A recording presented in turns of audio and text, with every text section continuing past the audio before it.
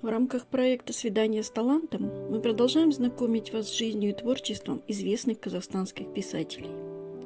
11 октября свое 75-летие отмечает известный писатель, драматург, переводчик, издатель, общественно-политический деятель Казахстана Ролан Сейсенбаев. Говоря о его творчестве, Алжас Сулейменов отмечал: «Сегодня уже нельзя серьезно рассуждать о современной казахской прозе, не упоминая о творчестве Ролана Сейсенбаева. Его книги заставляют задуматься о каком-то новом уровне, на который поднялись наши представления о современном характере, о диалектической сложности духовных исканий так называемого простого человека». Ролан Шакенович Сейсенбаев родился 11 октября 1946 года в городе Семей. Окончил Семипалатинский инженерно-технологический институт. В 1975 году по приглашению писателя Георгия Маркова переехал в Москву, где окончил высшие литературные курсы. Он автор более 50 произведений.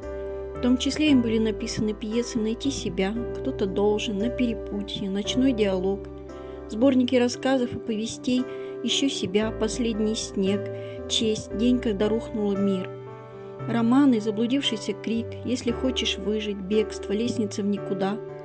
В основе большинства повестей и рассказов нравственный портрет современника. Герои произведений Ролана Сейсенбаева – рабочие, техническая и творческая интеллигенция, студенты. Но хотелось бы отметить его романы. В частности, 5 лет он писал роман «Трон сатаны» о несправедливо осужденном молодом парне, о том, как меняется личность в условиях заключения. 7 лет книга не могла увидеть свет. Ни одно издательство не решалось на ее выпуск. И лишь в конце 80-х годов читатели получили возможность прочесть роман. Будучи 7-летним мальчиком, Ролан и его семья становятся невольными свидетелями взрыва водородной бомбы, и их жизнь меняется навсегда. Ролан пронесет с собой всю жизнь первую и глубокую потерю нежного чувства в любви к девочке Кенже, первой жертве чудовищного испытания. Будет свидетелем горя друзей, навсегда оставит в сердцах страх и ужас перед плачем земли. Эти воспоминания легли в основу рассказа. В романе «Отчаяние» или «Мертвый бронз в песках» рассказывается о проблемах Аральского моря и о людях, живущих на его берегах. Немало горьких страниц посвящено также ядерному полигону в Семипалатинске. Книги Ролана Сейсенбаева переведены на многие языки мира – английский, французский, немецкий и другие. Нельзя не отметить активную общественно-политическую и издательскую деятельность Ролана Сейсенбаева.